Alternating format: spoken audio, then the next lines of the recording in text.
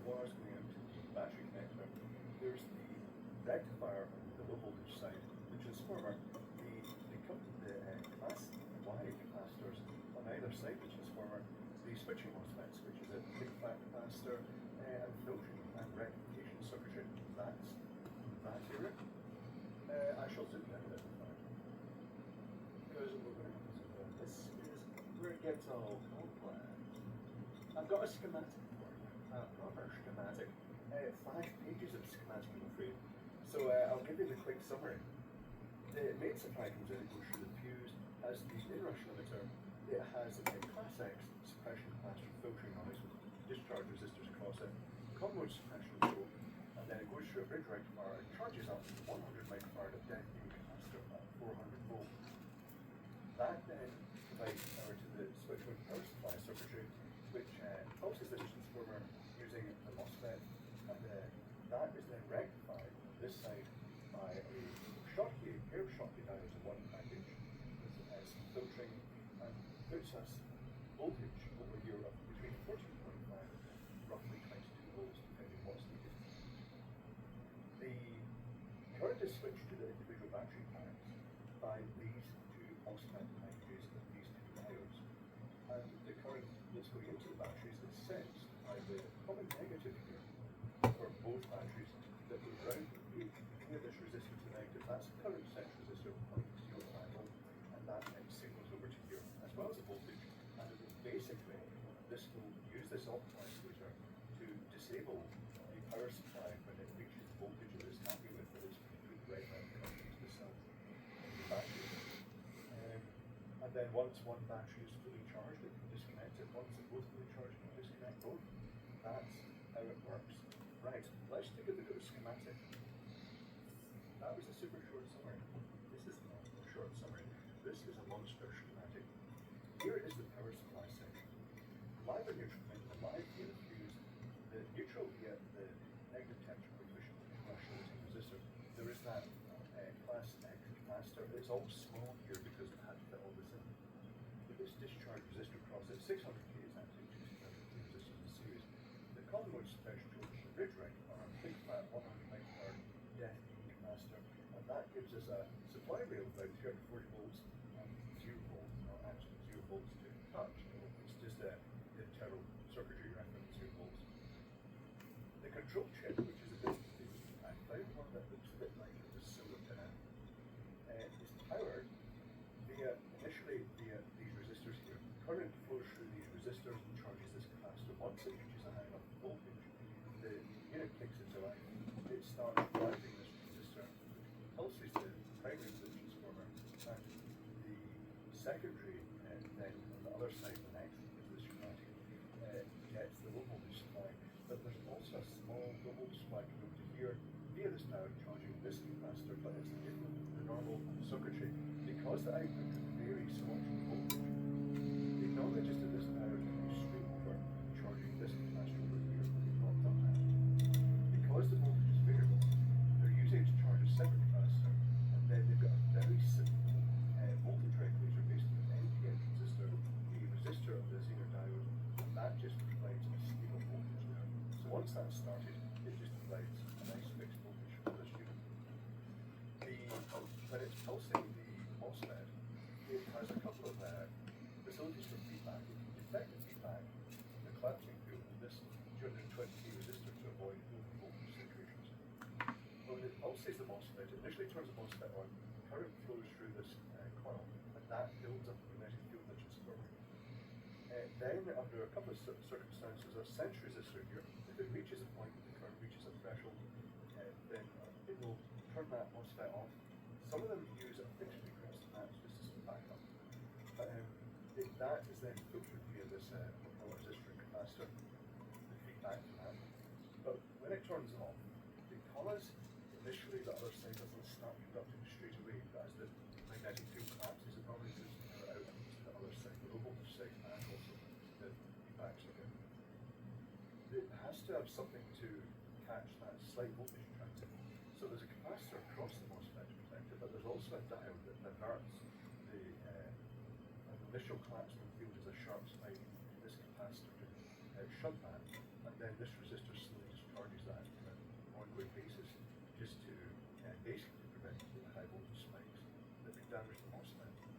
Feedback from the electronic circuitry is via this optically isolated transistor with the low capacitor crossing for stability, and that when the LEDs turned on the other side to say stop running, it will put this into a system manual that will just, I don't know if it shuts it off completely or just every so often, but I guess the other side will ultimately take full control of this, so it will only just power it once needed.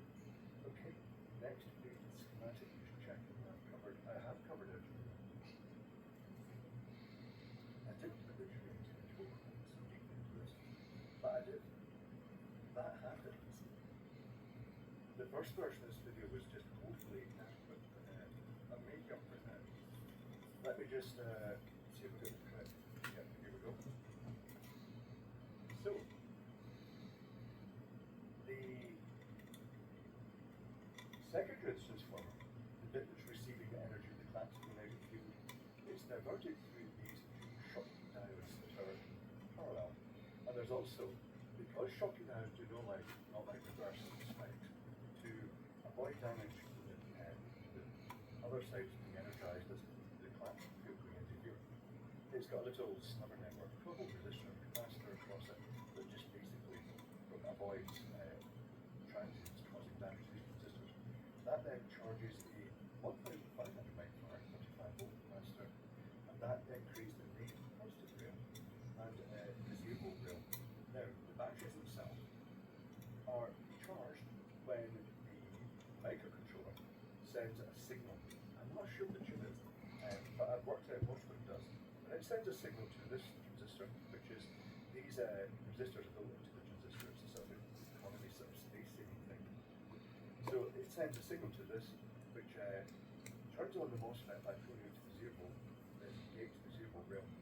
And when the MOSFET turns on, the current can flow through that diode to charge up the battery. And there's two identical circuits. I've omitted the transistor here just to circuitry. And when the current's flowing through, it creates a slight voltage differential across the set resistor, and the I sense, the current sense, then goes to the rest of the circuitry. The MOSFETs are, I'm guessing, 4407C. The diodes are S445L, just for reference, just in case they blow, so you can get replacements if needs be. I don't know. The next page of the schematic is by far the easiest. The main supply voltage is not just charging the batteries, it's also being monitored by the circuitry with a couple of sensing systems. But it's also providing, it goes via a diode, via a resistor to partly limit compression, also partly to take the load off these two voltage regulators. There's a 12 volt regulator and a 5 volt regulator. 5 volt regulator is on the microcontroller. The 12 volts is purely for communication with the battery, quite unusual. That also has a sense line going to some odd circuitry around the microcontroller. And also, there's another thing monitoring the voltage across between the main line and 0 volts that is going to the microcontroller out. Possibly just looking for a major anomaly. Because that bit up there looks as though it controls the switching power supply to be able to optimize things out. This bit here is possibly just looking for detecting the unit being turned on. Not sure if the voltage dropping before the voltage to the processor is dropping. Very strange. Okay. Next page. This is a communication with the batteries. Quite complex. Right, so let's start with they can actually communicate in both directions of batteries. In the case of the one pin is the signaling by in the battery, it's given us the current limited supply via 5.1 resistor. And that is then switched from the battery shown here in red to the 0 volt rail via 100 ohm resistor. So the processor, by using a divider, can then detect that 12 volt supply actually switched on and off, and that's how the battery communicates back to the microcontroller. To actually communicate to the microcontroller, you have another of these combined transistors, and that is used to turn on this transistor, a channel transistor, which switches up, PNP should say, which switches up the 12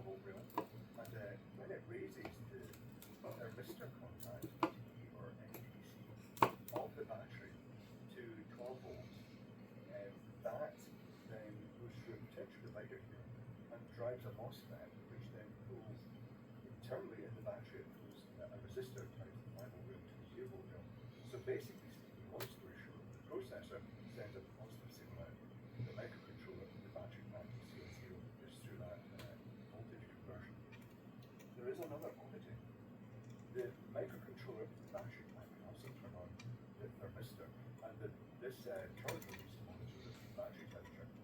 So there's actually two thermistors in it, but they're both in the same position, which is pretty odd. But, so this circuitry is duplicated twice. It's got the MOSFET controlled by the batteries controller that can switch the NTC temperature sensing 10 key resistor down to the 0 volt rail in the battery.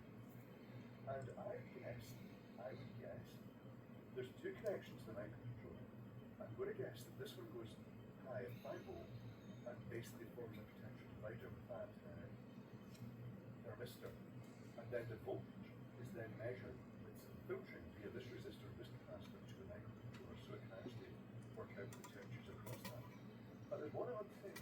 If this is switched to 12 volts via this 750 resistor, that's pretty much going to put 12 volts in these resistors. Although they're going to limit the current significantly, it doesn't mean that there's current going to influence the microcontroller volts, because they're effectively 5 volts, and the 12 volts will potentially do that.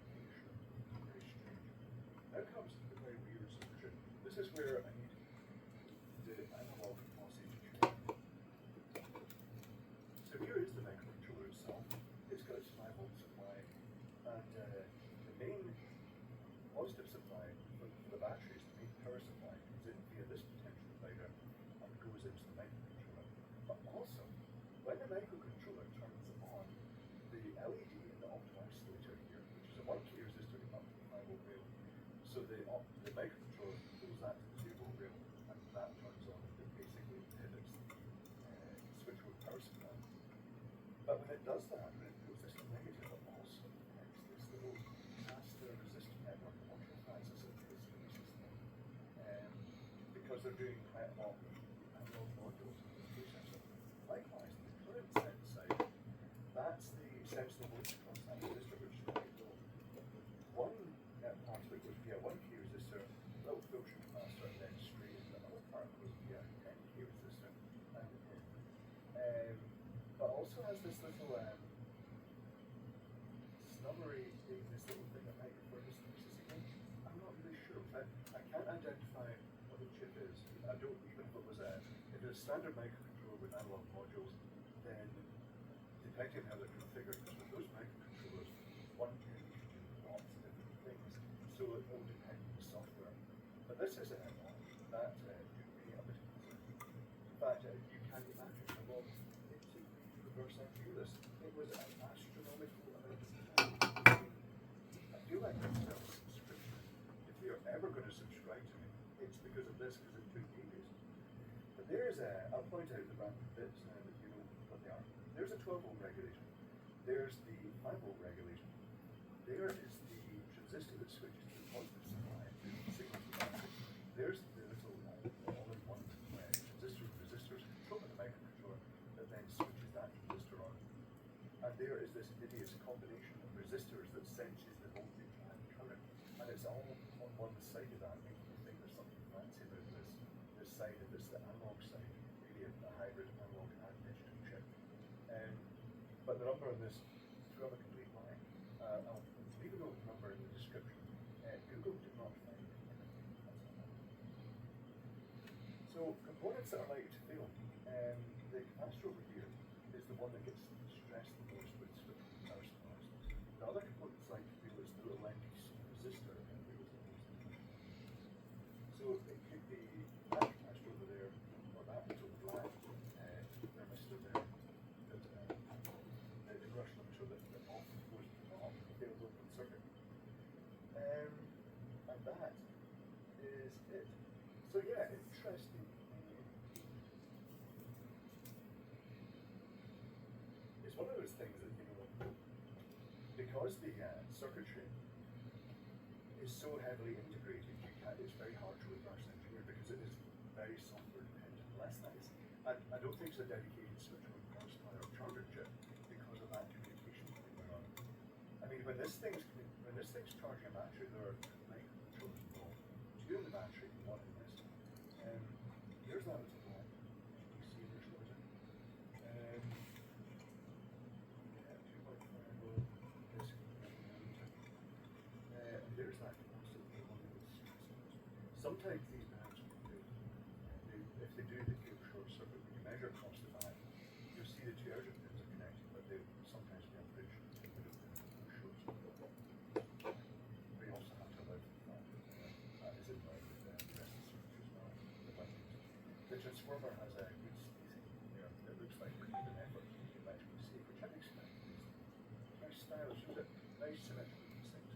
But there we go. That is the Aldi Ferrex dual voltage 24 volt charger, just basically treating the battery pack as two separate batteries.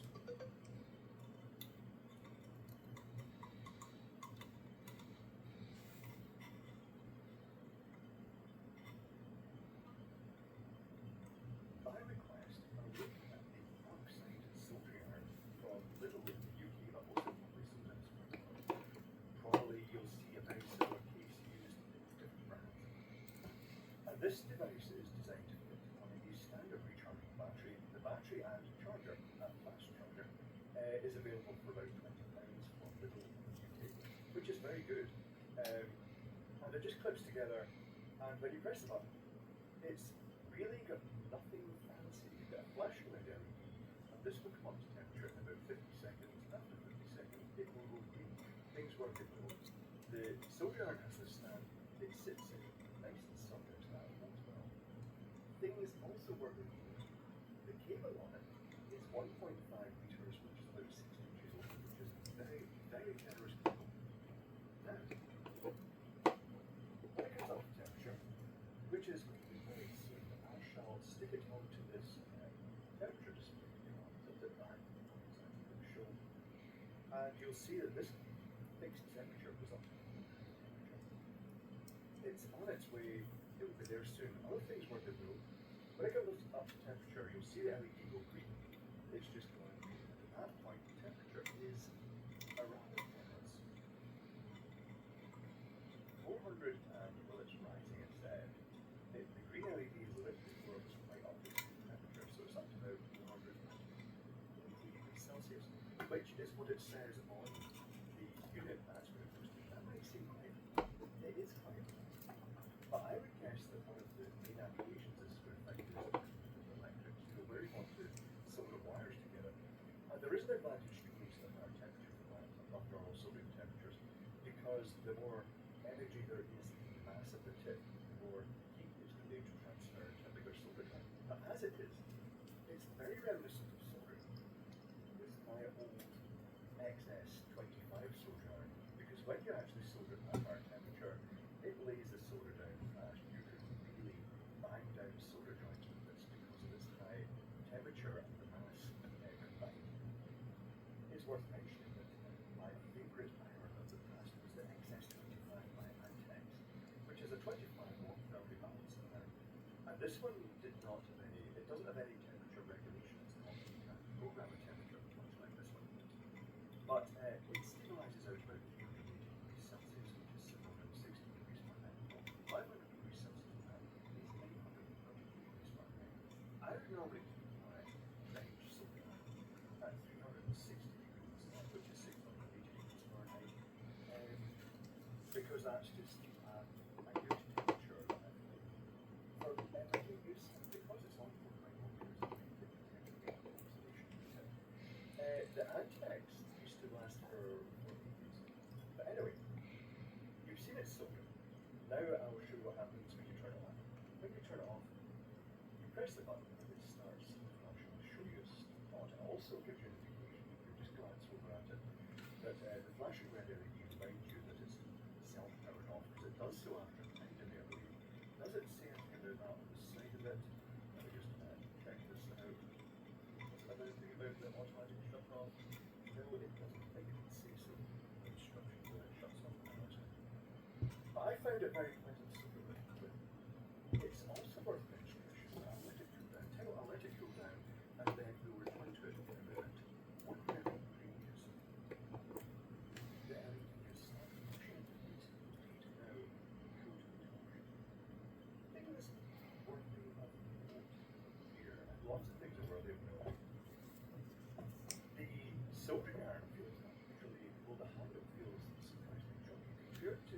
generic one you get now.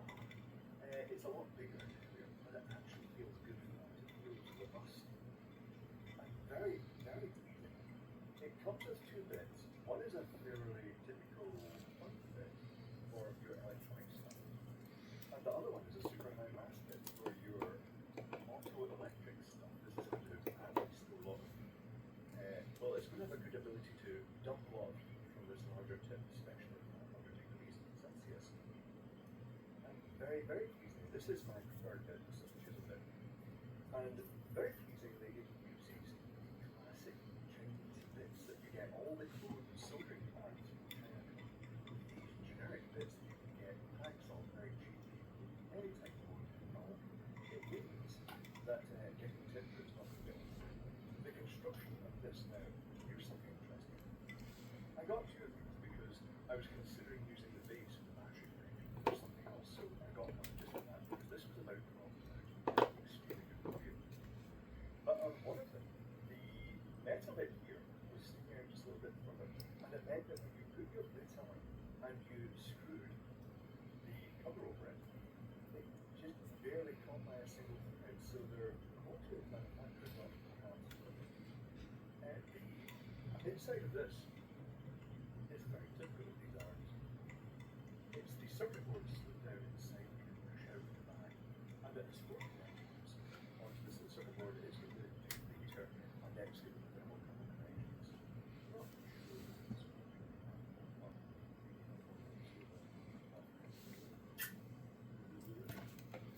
it's off. What I would say about that test, that is annoying.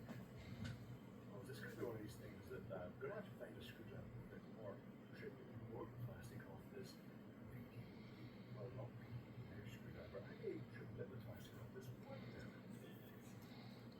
Now to continue on to the great delight of safety officers who can now say, your screwdriver is no longer compliant with the VD specification, because apparently when I'm doing electrical work I stuff my foot in the yes, that doesn't actually happen. It's a bit of an annoying thing. It makes me think of a picture I saw posted on Facebook of all the pilot screwdrivers that elevator mechanics, it's an elevator list, they trimmed them to do exactly this, to get actually into the deep screws and recesses. And they'd had all their screwdrivers taken off them and told to get new ones. The shame is that when they go to that exact same job, they're going to have to cut them a little bit off. It's so ridiculous. Are there any more hidden screws? I'm just going to double check here. That one's out. That one's out. That one's out. There's one more side. These holes are just for the soldering bits, which slots them quite nicely. Does it come apart better? Maybe not. Well, that's a bit exasperating. Oh, I think we're getting destructive. Let's try it. Cornering a hole here. Like this. Is there something here that I'm not seeing? Here. Maybe there is another screw or something. No, that is not coming up apart. I may have to pause momentarily while I explore this further to find out what the catch is here. Probably the catch. Right. What I think it is. There was another screw that I did not spot. It is now sliding apart. So that's interesting. Two circuit boards. One is straight on the battery connector, which is quite interesting.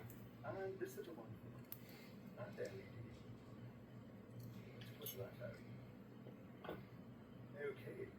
Oh, it's not here now, is it? It's time to analyze the light. In fact, the silver itself is straight on the 4-pin connector. Right. Time to analyze this.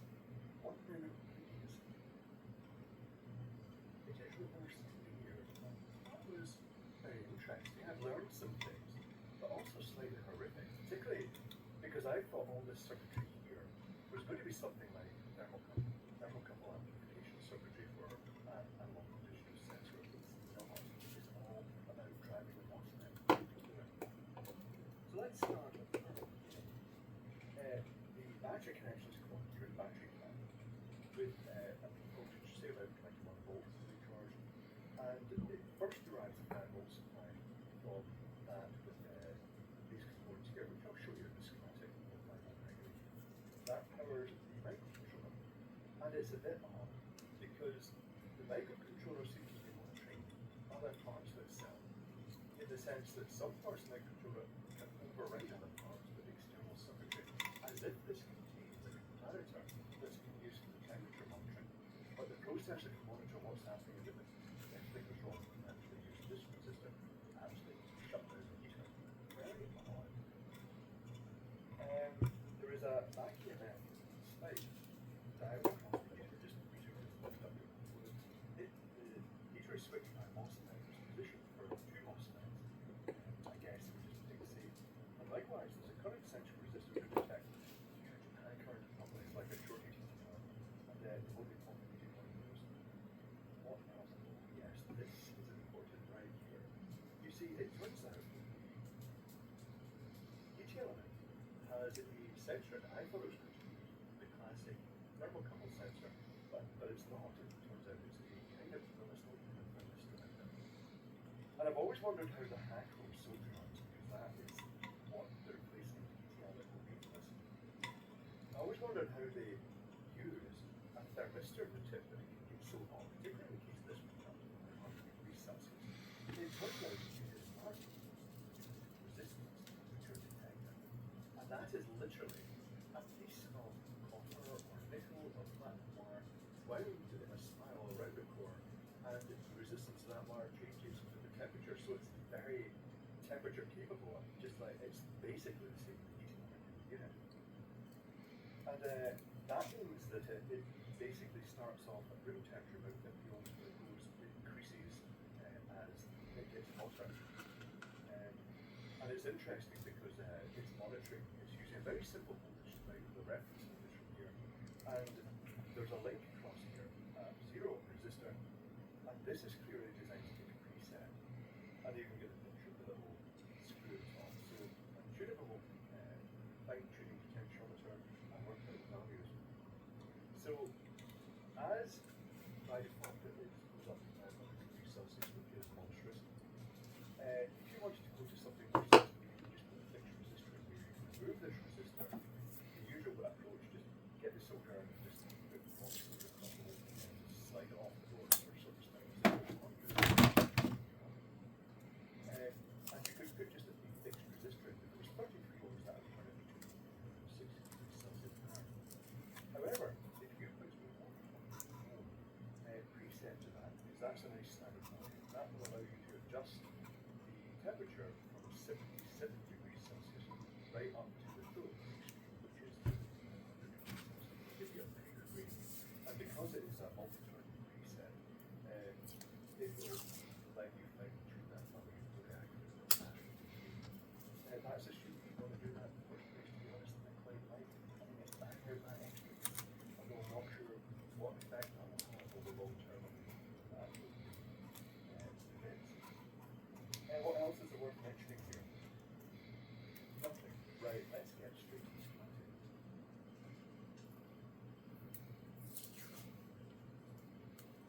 Here is the schematic.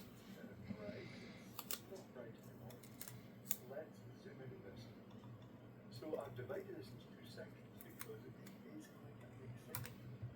Here's the first one. Here's the battery connection, 20 volt, coming to a diode, a 10 ohm resistor, and then there's a 20 volt diode here. I'm guessing that just means the voltage is something like that. It's going to cap and make sure it keeps a certain level. Potentially blowing this resistor if somehow someone managed to put an unusual voltage back. But that goes to a 5 volt regulator, and it provides 5 volts to the microcontroller. I measured the test current at 6 milliamps, but not all the time. It's 6 milliamps while the circuitry is active, but when you turn it on, it basically goes to sleep mode, so within 1 microamp. So it's, you could leave the battery connected and sleep it. Although for safety, it's probably better not, just a precaution. There are 2 LEDs in the same package for the indicator just lost.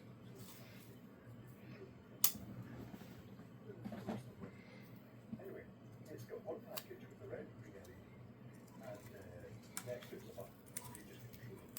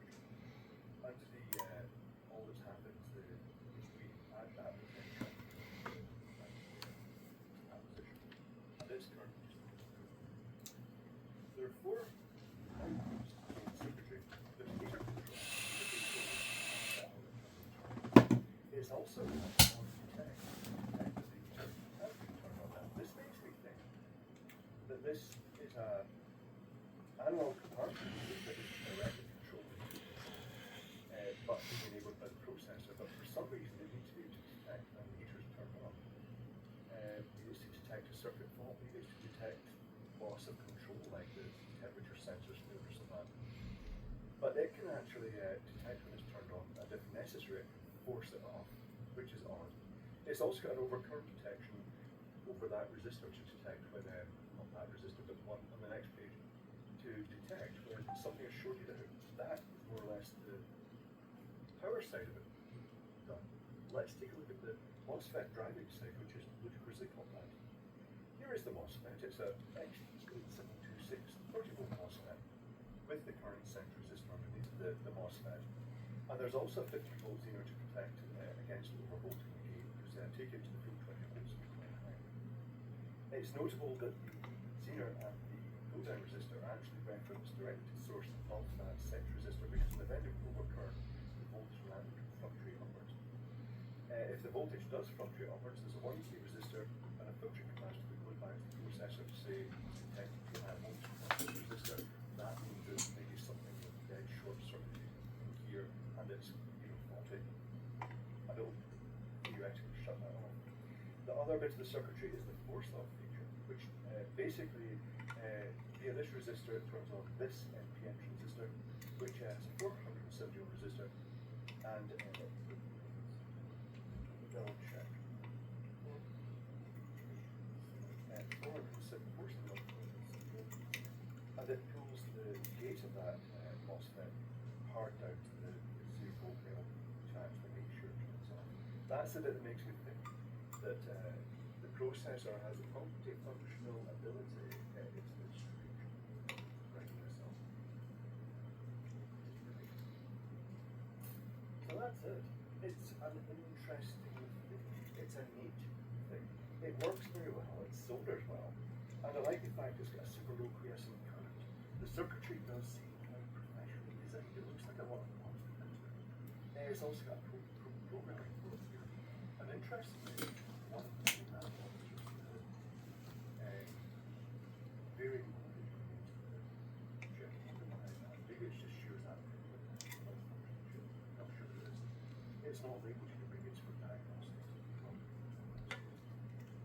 But that is it. It's quite interesting. It's well designed, and to be honest, it seems quite a good product. I'm quite impressed with it. It does the job well, and it's nice that you have that option of fine tuning if you wish with those values that I mentioned earlier, these values, to set maximum temperature of the board. So quite a neat device. I like it.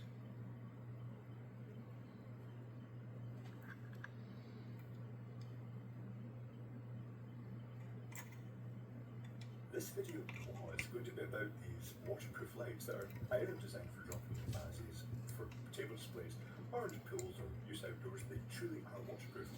And they've got a nice switching mechanism that when you turn it to close it, it not only seals it, but it lights up. It's a very decisive switching mechanism. I'll show you that in fact.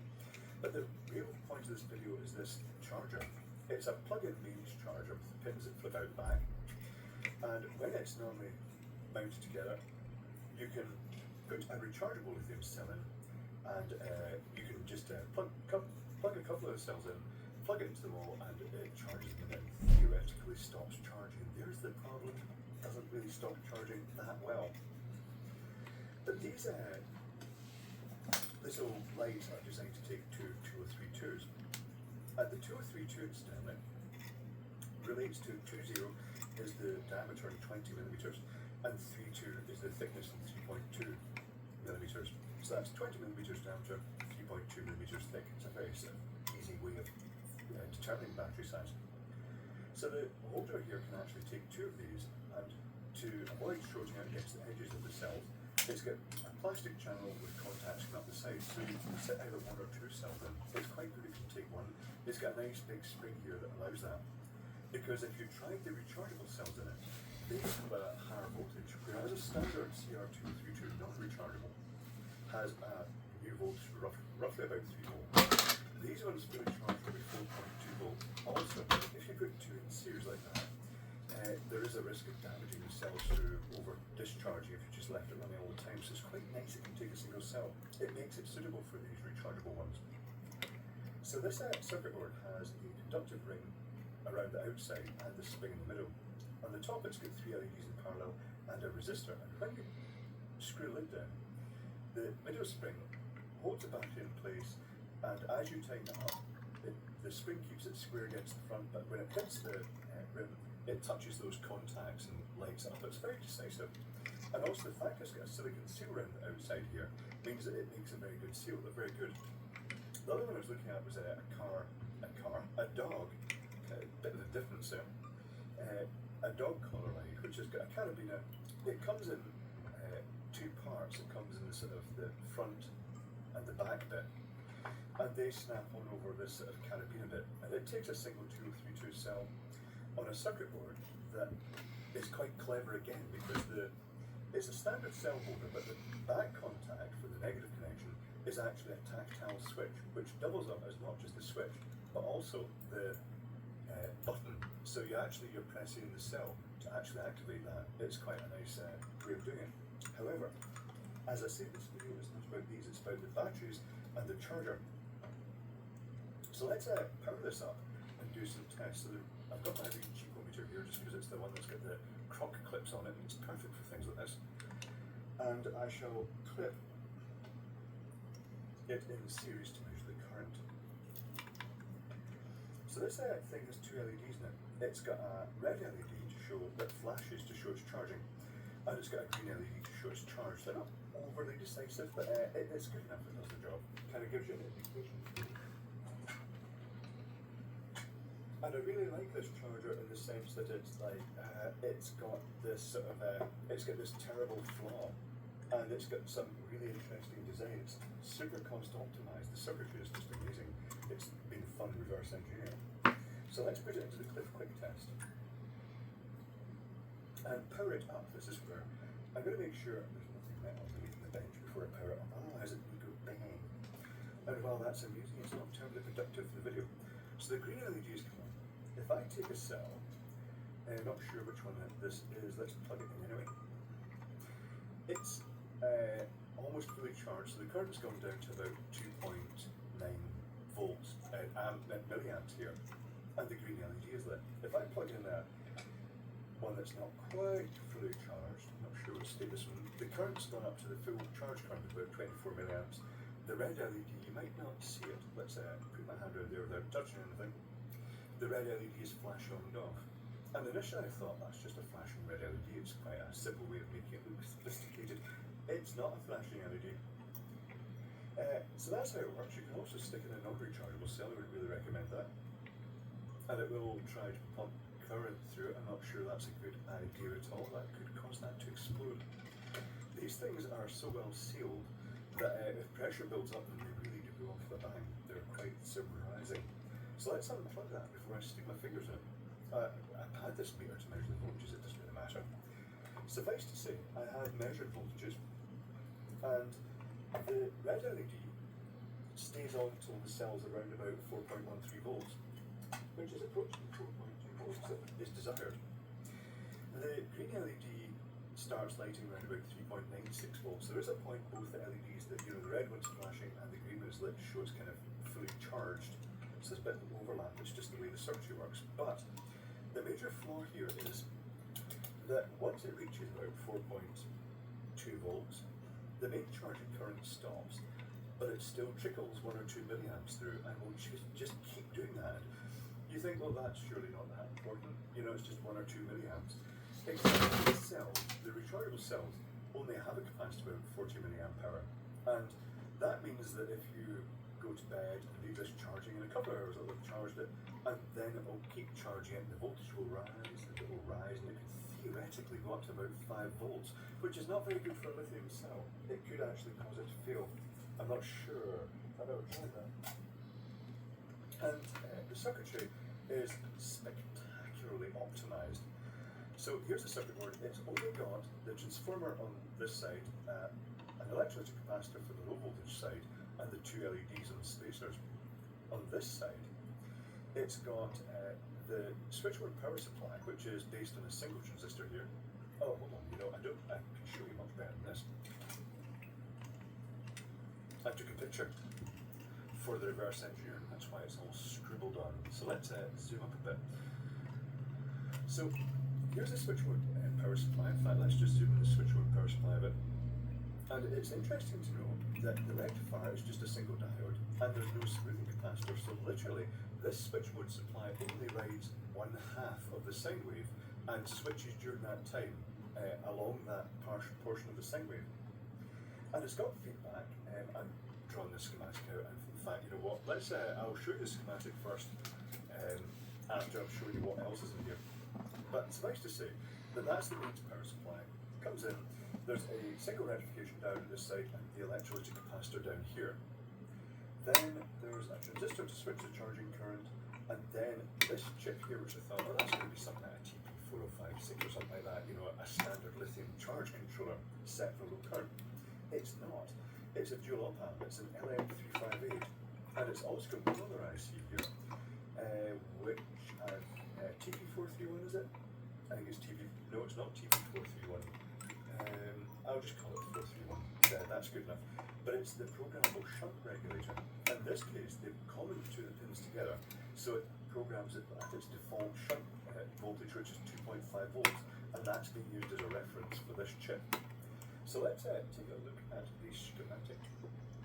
And I've drawn it as 3 sections, because it technically is in 3 sections. So the first bit to look at here is the power supply. Main supply comes in here. The live goes through this 10 ohm resistor, not live or neutral because it's not polarized. Goes through a 10 ohm resistor which acts as an inrush current limiter and a fuse. It goes through that big diode. Let's bring the picture in, I can show you the components here. So it goes through this 10 ohm resistor, this diode, and it goes to the one end of the primary winding. The primary winding is switched by this transistor, and it's a very ordinary transistor. And on the emitter of the transistor, it has a 30 ohm resistor, and that made me think this must be used for some sort of current regulating thing, to stop the current going too high. Because if you're putting, say, 0.6 volts into this, or whatever voltage this thing's put the feedback winding, then as soon as the current reaches a level that the voltage across this resistor rises up to about 0.6 volts or whatever it is, then the transistor will start turning off. And it made me wonder, does this operate much in its linear region?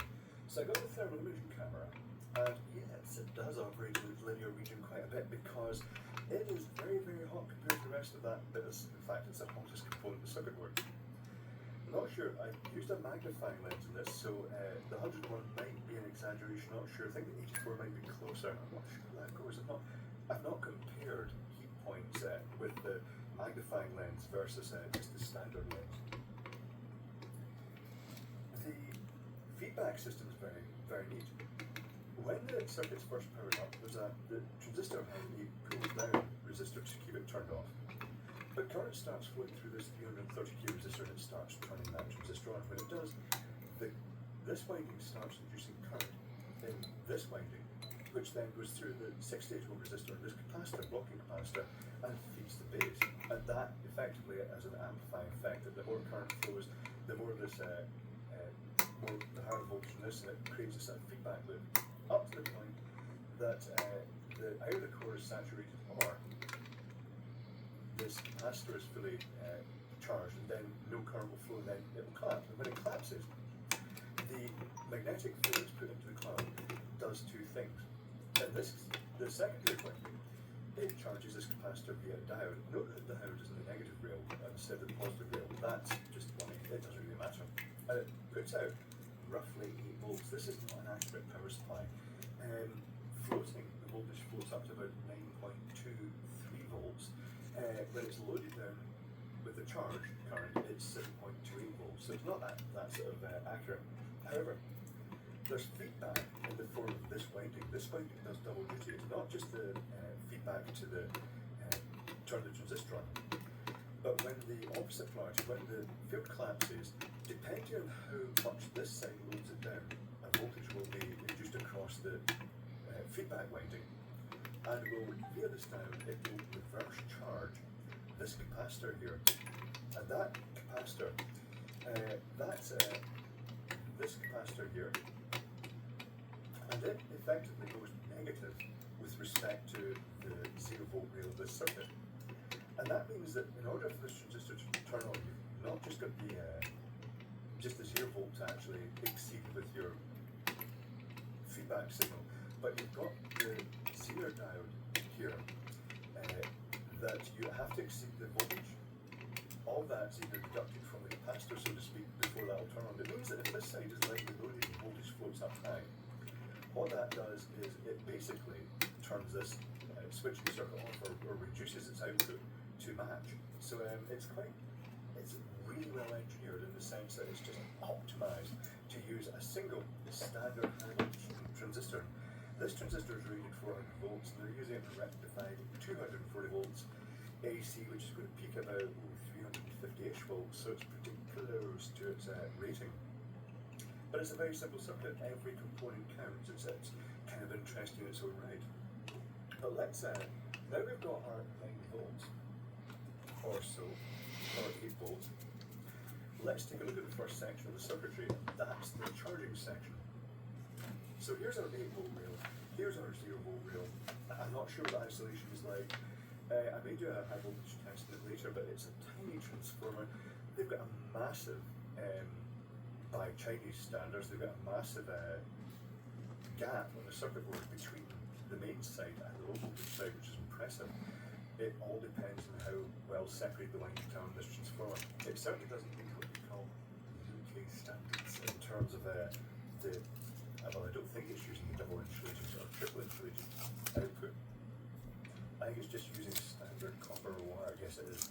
And there's very good chance it's wound in fairly close intimacy to the higher voltage winding, so I'm not sure what the separation will be. Oh, one other thing that I didn't mention about the switching circuit. It has a 68k resistor across the primary. I think that's just a very simple way of just shunting the spikes. I was going to say peaks, I was going to say spikes, I said speaks. That's what happens.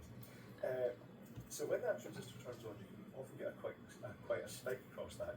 Normally, the circuit that's used to suppress that is a capacitor, diode, and resistor arrangement. But in this case, I wonder if by putting a resistor across that to damp it, it just provides an alternative path for that current and just limits the level of that peak, which could be modestly high given how close it is rated to the transistor's rating at the peak mains voltage. The charge circuitry consists of this. There is a voltage reference over here, and well, what's the best way to start here? Yeah, okay, here's the op amp and a voltage reference. The voltage reference is the, what is the number actually printed on that? Am I going to be able to read this? It just says 431. It's just reasonable enough. It's a mass flowed component. But the idea of the 431 is that you've got, it acts as a programmable shunt. These are really commonly used in a lot of switchboard power supplies for feedback. And you can set the voltage at which that starts conducting. And it means that if you put the LED in the feedback, the opto-isolator, then as soon as you reach the pre-programmed voltage, current will start flowing through that LED and it will give the feedback. That's in other supplies, it's not doing that in this one. In this one, it's got from the positive rail, it's got the transistor, or a 2K resistor. This 2K resistor here is like the naughty one. It's like, what on earth are they doing?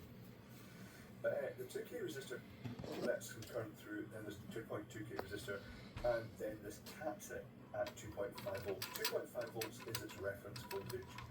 When you're dividing down, you have to use a resistive divider if you're going to use that for different voltage. But in this case, if you just short the connections together, it is 2.5. So the input to this op amp is 2.5. The voltage across the cells is measured by a potential divider and compared to that. Here they've got two resistors in parallel, 3.9K and 10K, and they're forming one resistor. And the reason they've got two is so they can fine-tune the value. The other part of the divider is just a standard 5.6K And ideally you choose those values so that you reach, when this is reaching about 4.2-ish volts, then this will go up to about 2.5, it'll match the 2.5 reference. That's what an op-amp does. It looks for, it compares the input voltages, and when they match, or one goes higher or lower than the other, the output will change state depending where you've got them connected to the negative and positive input. The output then drives the transistor. So normally if the voltage is low, the output will be high, and it will, or should I say it will be low, because that's a PNP transistor. There's the resistor to keep the transistor off. Here's the resistor that turns it on by putting it low.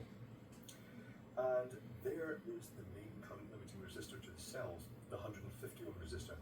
The cells are just in parallel. I'm not sure I'm keen on that, because it means that if you've got a really flat cell and you've got a fully charged cell, one could be at a voltage of 3 volts or less, the other could be a voltage of 4.2, and you're basically just connecting them in parallel, and these things are not designed to take a high charge current, so I'm not sure that goes there. I think a modest amount of current could flow between them. It would have been nicer if they just used a separate resistor for each of these, but they didn't. Other things of this is high and the LED is lit. If the output's high, then this potential divider is it's a moot point. It's not really in circuit. So the positive connection, the positive input, should say, to the op-amp is floating near the sort of rail. And this capacitor charges up until the voltage across it reaches the rail the same level. And as soon as it does, and the output starts changing state, it will start going negative, but when it does so, because it's then pulling this potential divider down to the 0 volt rail, suddenly the voltage level in this suddenly drops to sort of close to the 0 volt rail, and then the capacitor then starts getting discharged via this resistor again, and it forms, basically it goes in a loop until it reaches each of those thresholds. It's almost like a short trigger. It's a very interesting way they've done it. It's a fairly standard op-amp circuit. This is how a lot of circuitry used to be designed before you started using microcontrollers. And that's it, the output, as well as doing the charging and the changing the voltage threshold, also goes through this 1.5k resistor street, which seems quite ungenerous. It's quite a high value. And it makes the red LED light dimly and flash on and off. And the point at which the green's lit and the red are lit is the point that the charge detection circuit's in a sort of midpoint between the two power rails. It doesn't just suddenly snap between the power rails, it gradually makes a transition, and that's why both of them light together. But now I'm very intrigued. I want to make a modification to this and see if it helps. So what I'm going to do, I'm going to remove this 2k resistor completely, and I'm going to take this connection here and take it direct up to the positive rail. So that means this will get its current for its voltage reference, 2.5 volt reference, and there will be no current leaking through here. I'm not sure why they didn't do that before, but on goes the soldering iron. I'm about to do that, so this may take a bit of fiddling about. Should I do it while the camera's running? The soldering iron's going to have to heat up. I shall pause momentarily. The soldering iron is hot. Let us attempt this surgery. I'm really crap at surface mount, so I want rid of this resistor here. So I'm going to try and heat the soldering sides of that, just basically getting it off the circuit board. That went better than expected. The resistor appears to have either bridged something else to the circuit board, or it's come off completely. I think it's come off completely. That's good. The other resistor I want off is this one here, which is the current reference resistor. So let's heat that one up by just using brute force and ignorance, and wipe the resistor off. Likely the resistor's just sticking the soldering iron. Okay, this is good. This is good. It's all going to plan so far. Plenty of time for it to go horribly wrong though. Let's crop this lead of this orange resistor down to a suitable length and tint. So let's tint the end of this lead, flow some fresh, juicy lead-based solder onto the shunt regulator here. Try not to reflect the. Oh, let's get some solder onto the regulator, not just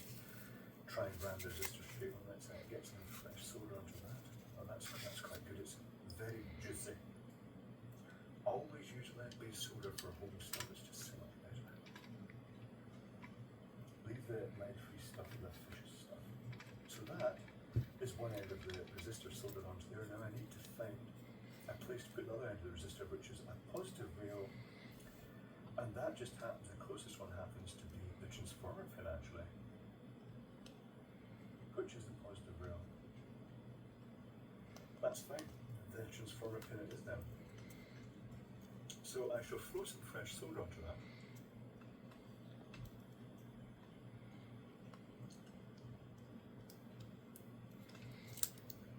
Put the resistor down a wee bit onto that.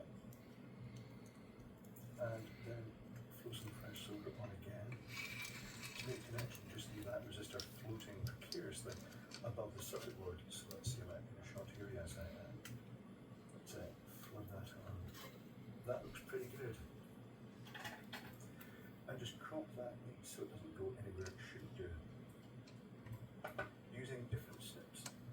Cheap eBay snips, but different ones because of the ones I've tried to cut something way too hard with them and ruin them, as you do. So let's shape that up a little bit. Let's bring the meters back in and see if that fixed it.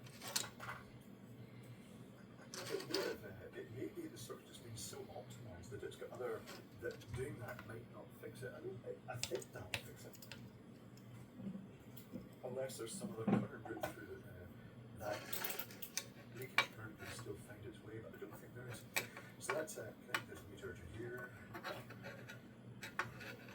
To here. It's worth mentioning when I got this that the contact, one side worked fine. I kind of expected these to be on the circuit board, but they're separate, they're actually pressed into the plastic housing. One of them was fine, but the negative connection one side was not making a connection. When they pressed it in, it just bowed slightly in the wrong way. So let's get the quick test. Quick test. Plug it in and see if it disappears in a puff of copper with an ear-shattering explosion. Okay, let's turn that on. Good start, the green LED is lit. Let's find a cell and plug it in. It's still showing 2.5, but that source of leakage current should be gone now. So if I let that charge fully, it should theoretically it should go below that. It should reach the point that there is no residual charging. What voltage is across that load? I may have to pause while it charges up to the full thing and then tell you what the result was afterwards. Let's measure across this. Keep my fingers away from that circuit board there. The voltage is currently at 4.15, so it's not quite reached the end of charge yet. Okay, I shall give that some time, and then I'll have to come back after that, so there will be a slight pause. Now, while I was making this video, this lamp rolled onto the table just as I was preparing. And I was hearing the rattling about it, I opened it up, and it's because I'd taken the circuit board out and put the contacts, the press-in contacts, the back, and put them inside it. And I was just thinking, I shook this, it was like a wee miraculous sound. And it made me think, see when I was at primary school, and primary school in the UK is, you go there from about the age of 5 until about the age of 11 before you go to secondary school. And the teacher told us one day to bring in a glass light bulb and the core out of a toilet roll, the little cardboard tube. And we brought these in, and she had newspaper, and we taped the light bulb into the toilet roll tube, and then put paper mache all around it and covered the end up, and we were like, what's this about? And after we'd done it, and after several days the paper mache set completely, the teacher came out and told us to smash the thing on the windowsill, and you heard all the glass break inside. Keep in mind, this is primary school. What we just made was a maraca full of broken glass. That's just ridiculous. It's so funny when you think about it, that you think of all these sort of PC things these days, that here we are with these little, we're all running around shaking our glass-filled paper mache maracas. I thought that was great. Well, at the time I really thought it was great. I didn't kind of think about things. But, right, I'm going to leave this charging for a while and I'll be back shortly. So a short time later, the current is now gradually reducing. It's down at about 50 microamps now. So that has solved that residual leakage problem. And the voltage is stabilizing out at 4.16 is where it's more or less ending the charge. So that's going to fix that. It's not ideal that you have to do that. The final test I want to do with this thing is electrical separation using a high voltage test on it. So let's bring the gear up to that. And I should get the soldering off that so I can tack some leads onto this. So this incidentally hasn't fixed the reverse discharge thing. That's a bit trickier. You can theoretically put a diode in, but then you'd have to allow the diode drop in with the charge voltage variation. You'd have to allow that on it too. Typically, instead of 4.2, it'd have to be 4.2 plus the diode drop. It all gets a wee bit tricky. This is where dedicated chips really bring the TP4056 that basically just disconnect the battery completely when it's fully charged. Right, so let's get this out of the way. These meters, the GP meters, are ideal for applications like this. It's just an extra bench meter that you can just stick in and leave in at one setting.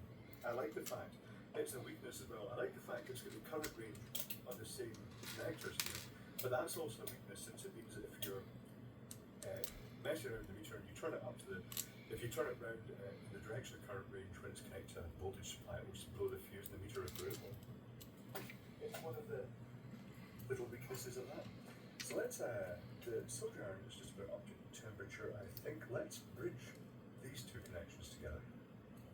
Because one of them is connected to the, do I want to do that? One of them is connected to, one of them is connected to the coil, one of them is connected via the diode. Or I actually want to bridge wires right across. What I really want to test here is between the transformer and this side. I'm just soldering a couple of these on, that's the best bet.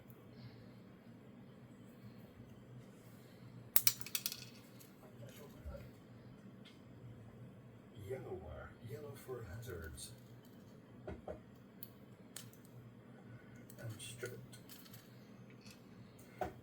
I'm wanting to test the electrical isolation of the transformer. So what I'm doing here is I'm commoning the two primary coils, the primary and feedback, and I'm also going to connect onto the output with the other winding, other wire, and that will give an indication of the resilience of the insulation.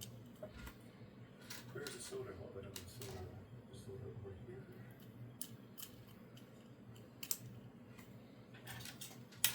So let's tin this wire. Let's find my transformer connections that I want to go onto. I won't be using this to charge lithium cells because it's just not ideal for it. It may not be suitable for charging lithium cells by the time I finish this test. If it does that. The camera has just started again, I think. It's got that file size limitation and it will start recording. Yeah, it has. I just heard it ping and stop momentarily. And then it starts recording the next section of the video. That means the video has gone on for quite some time. Sorry about that, but it's quite a complex video. More complex than it was originally supposed to be. It was like, hey, can you use the batteries in these? No.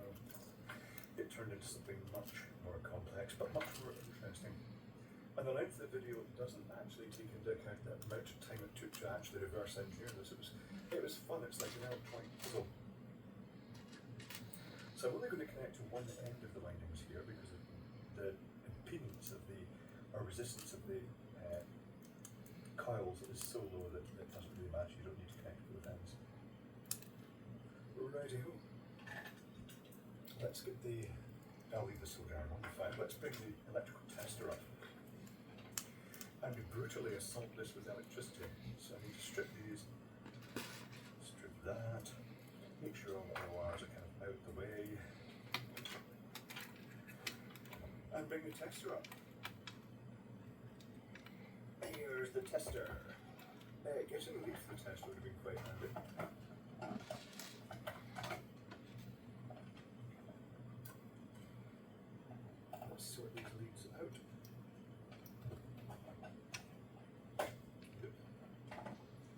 So I'm going to connect the ground to one of them. Let's zoom down onto this unit here. Let's zoom down onto this. This is the bit we're interested in. And I'm going to trap the other lead by twisting together and then stuffing it up the end of this probe in a non-compliant manner. Is this going to jam properly? Yes, it has jammed properly. That big, at least the metal staples. So here's the little circuit we're going to test. I'm just going to get a lead for this stuff.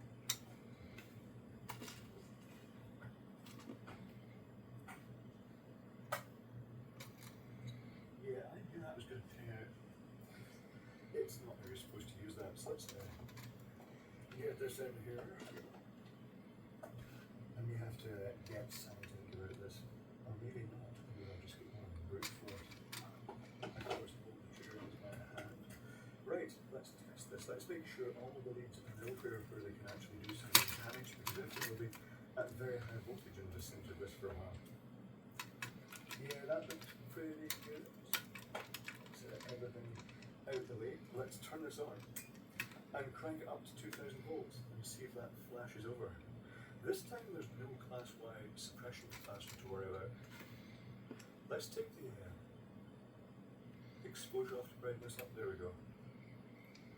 600 volts, 800 volts, 900 volts, 1000 volts, 1300, 400. Very little leakage at this point in time. 8,000, 1.9,000, 2,000.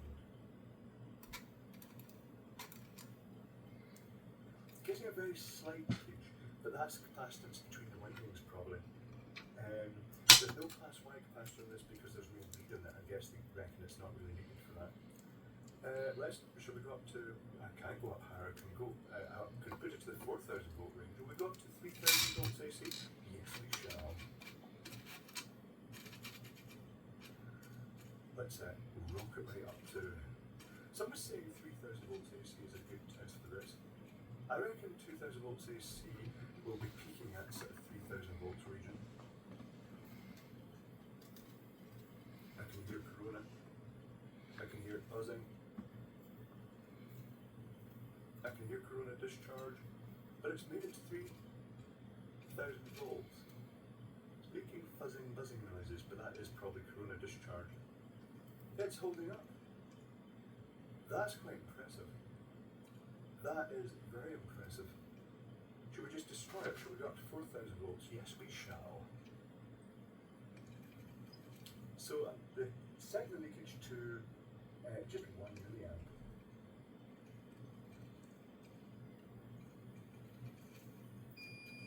Oh. Now, did it arc across? Well, let's not set to 1 milliamp then. Let's see what actually happened there.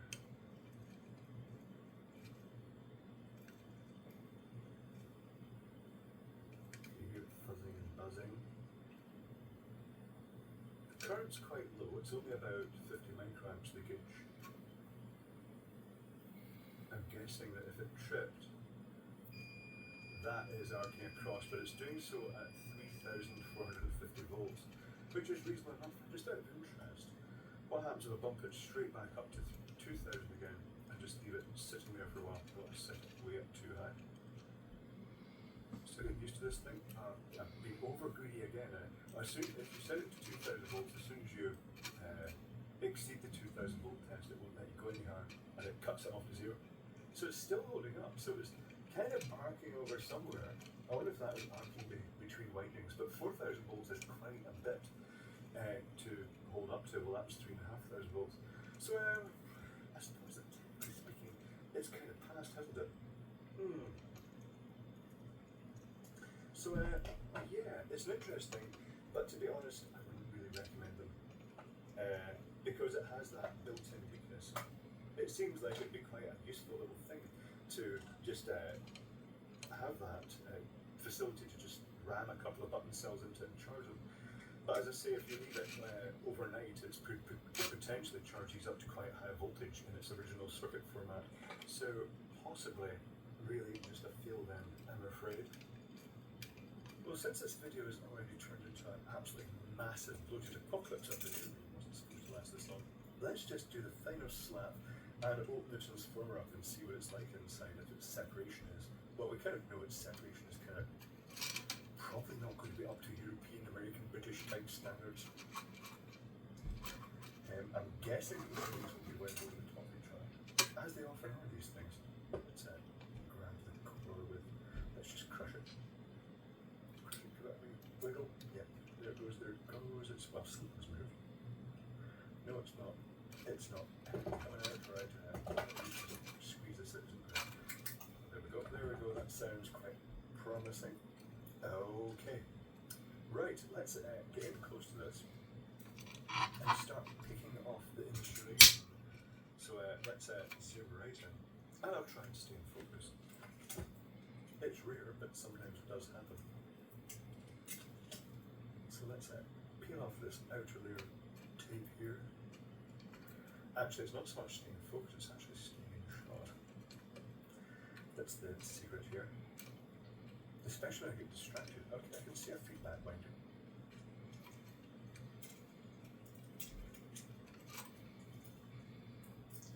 Oh, and a layer of black tape. It's not the usual yellow tape. It's black. So that is a feedback winding going to... Is that feedback winding or is that primary? Hold on, I'm just going to have to read the circuit board and take a look at that. Where's the circuit board? It was in like that. It's a feedback winding. Yes, it is. It's a feedback. Okay. So that's the feedback winding wound over the top. Let's cut that off. It's well clear of the secondary. Well, it's got that layer. Well, it's got a layer of tape. That is well clear by Chinese standards. I can't say Chinese standards in general because, of course, all the best stuff's also made in China, which makes the current trade embargo against China kind of a bit weird. Don't you want products? The downside of this black tape is I can't actually see the end. This is where we're stressing in, isn't it?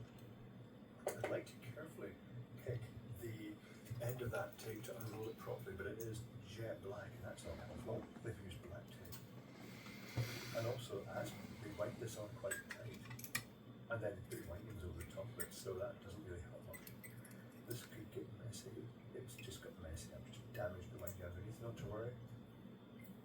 What do we have here? It's a heavyish winding. I'm guessing that winding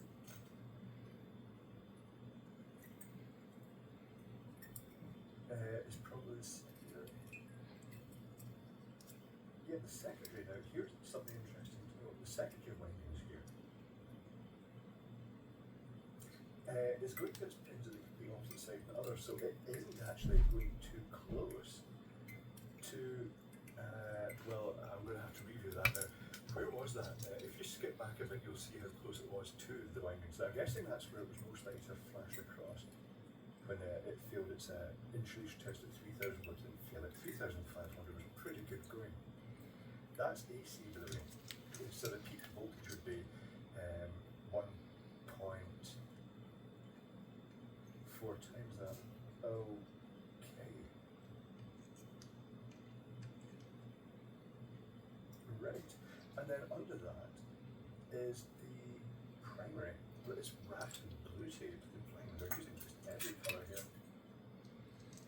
Does the black have some, is it some higher dielectric strength? Is it thicker? Not sure. Although you'd think that, technically speaking, the feedback winding is also referenced to the main, so both these would have to be a sort of equivalent insulation. It's not got the double insulation that a typical compliant product would have. A good example being recent Valentine power supplies that were just splendid inside. Grab that bit of tape and undo it.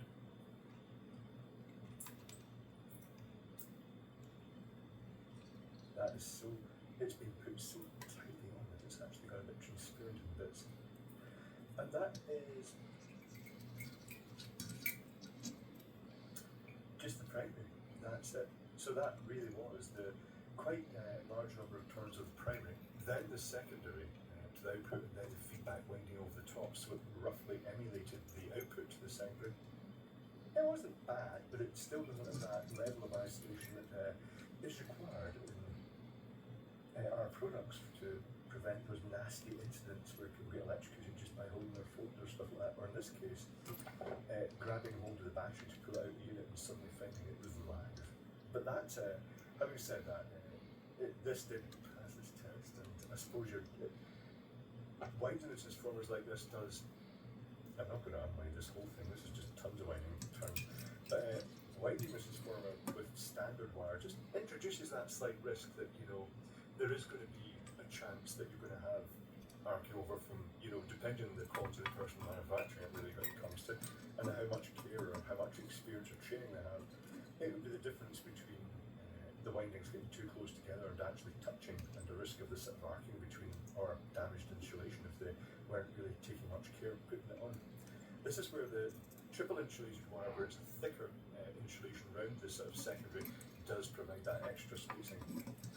But yes, that was an interesting thing. I have to say the amount of value I got out of this greatly exceeded its price in terms of the fun of reverse engineering it, looking at the weird circuitry. Now I wonder if I can actually make my own charger in the same case, but probably not mains powered, maybe USB powered. But yeah, interesting enough to take to part, quite enjoyed that.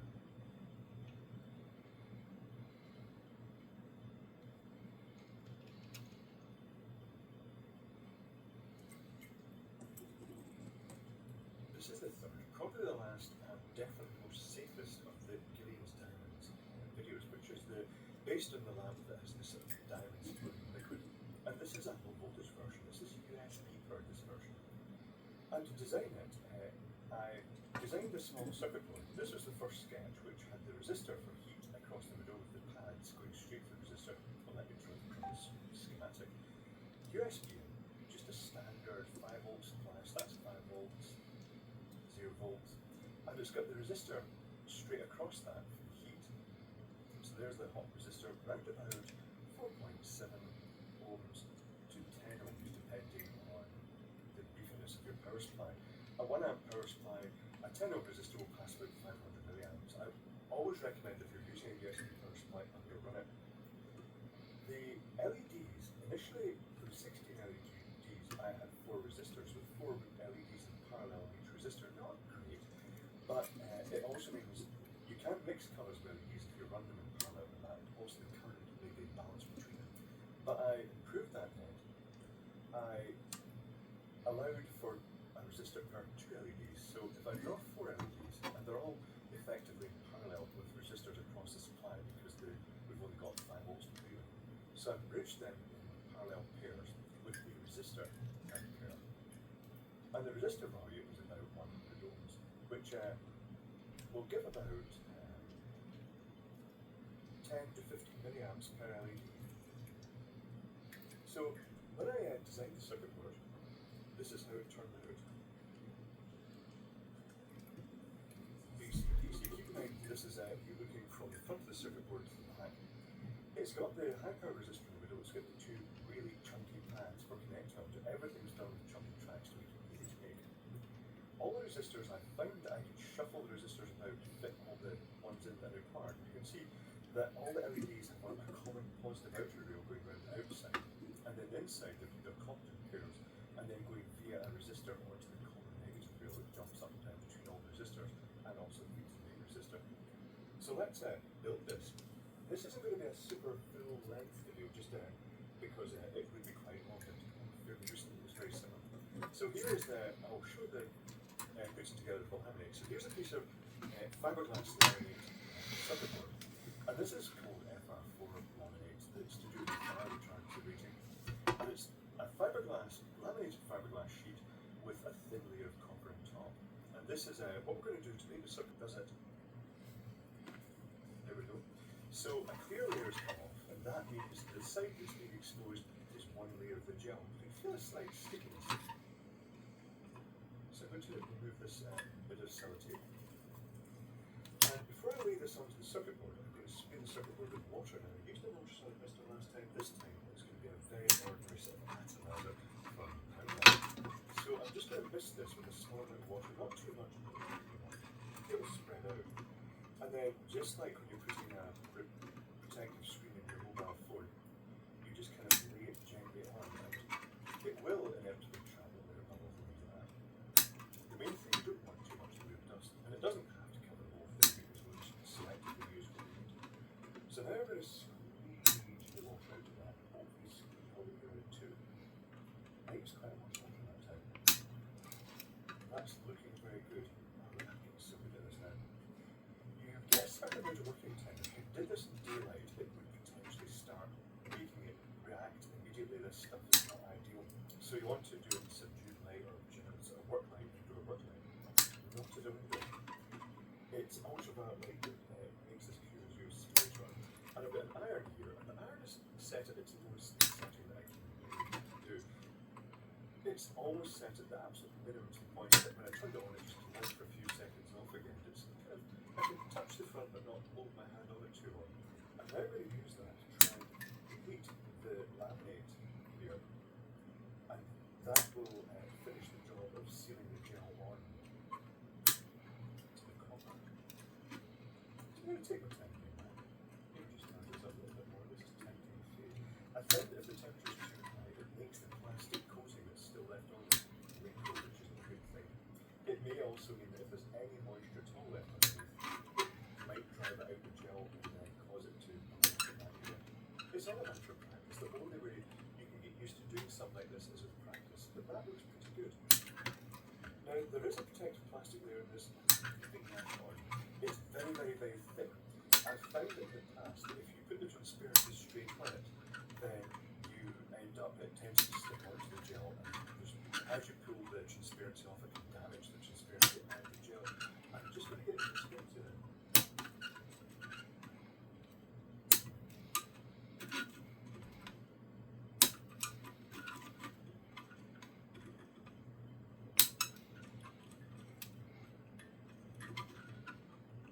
Sorry, not to organise this video. Here is my transparency, which has been printed off onto screen printers. Transparency film is inkjet printed, but this particular film is really quite beautiful. It's very, very absorbent. It absorbs a lot of ink and it seems to go long ways into the material, so you end up with a very, very sharp image that dries almost immediately. And it produces a very black image. It's great for this stuff. So what I'm going to do now is I'm going to put this on a section of this circuit board. I'm going to chop it off just what I need, and I'm going to expose it to ultraviolet light. And once I've done that, we'll then develop it. So I'll be back in a moment. This is my ultraviolet exposure. Just quickly push one of the tubes that are on the lid.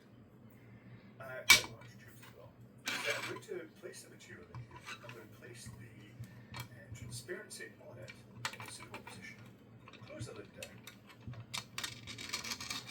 Latch it to the sides.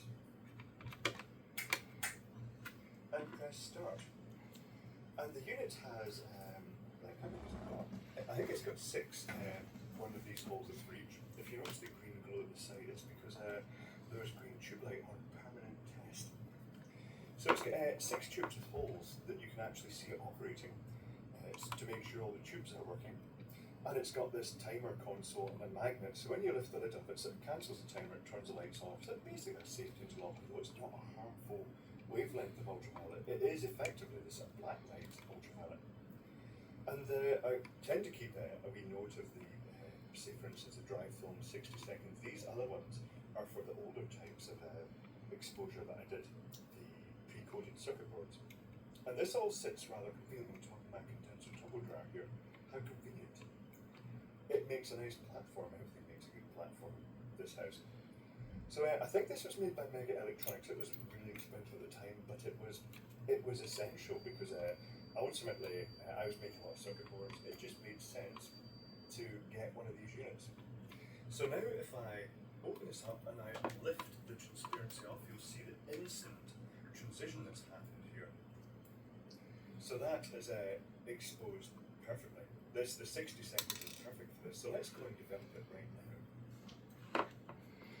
Developing is done with a solution of sodium carbonate, 4 grams in 125 milliliters of warm water. Sodium carbonate, very easy to get.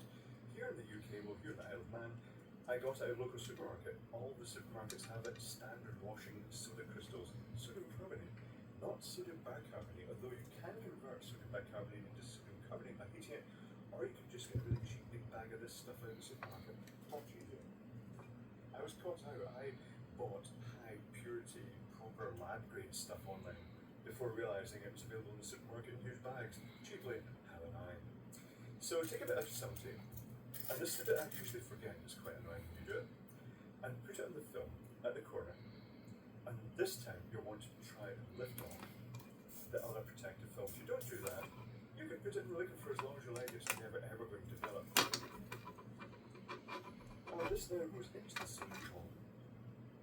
And I've also got a sponge. I'm just going to grab the sponge.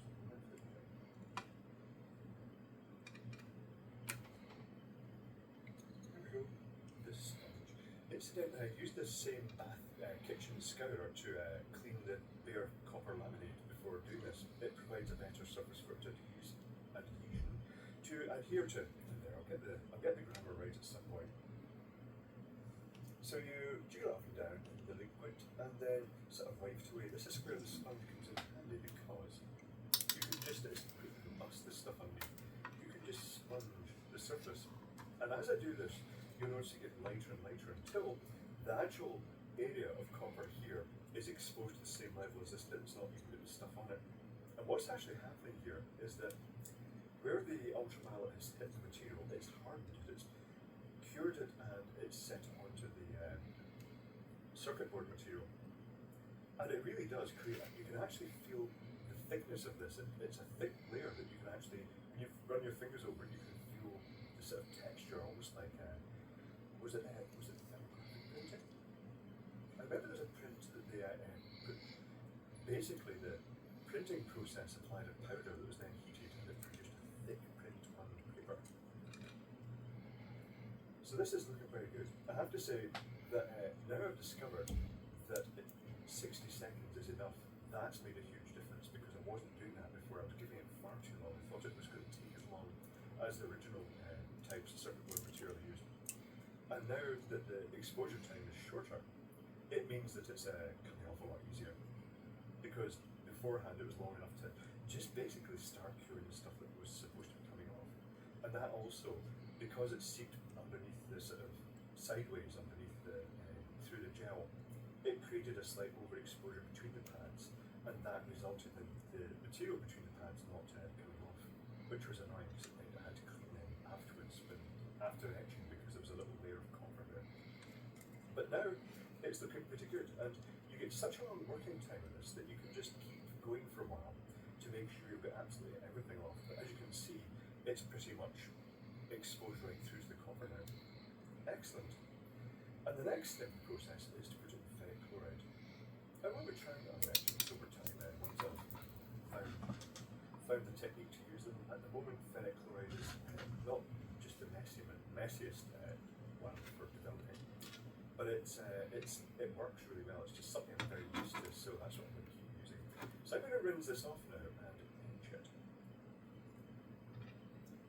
Here's the ferric chloride. I've heated it up in a Tupperware container as opposed to the sort of sealed sleeves, GS system, which is very clean but just a wee bit harder to heat. The microwave's a lot faster when you can just put the Tupperware container with the lid loose in it.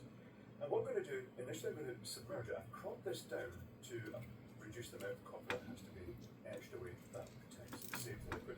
And I'm going to just put it in for a moment and then take it back out. You can see that there's no shiny bits at all.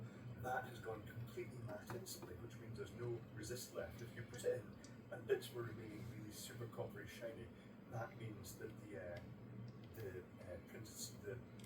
resist was still intact there. So this looks fine. So I'm going to put this in, I'm going to agitate it for quite a while, but I'm going to pause because this takes a while. I'm going to have to work out how to turn off the camera with my fingers covered with ferric chloride. Excellent! The circuit board is now fully etched and it's come out really nice and clean. No residual copper in between the pads at all. It's superb. So now I'm going to drill it. I'm going to be using a 1mm tungsten carbide drill bit. I get these in packs. Was this bought online or was this bought from Rapid Electronics? I think this set were bought online. Oh no, these probably did come from Rabbit. Not sure.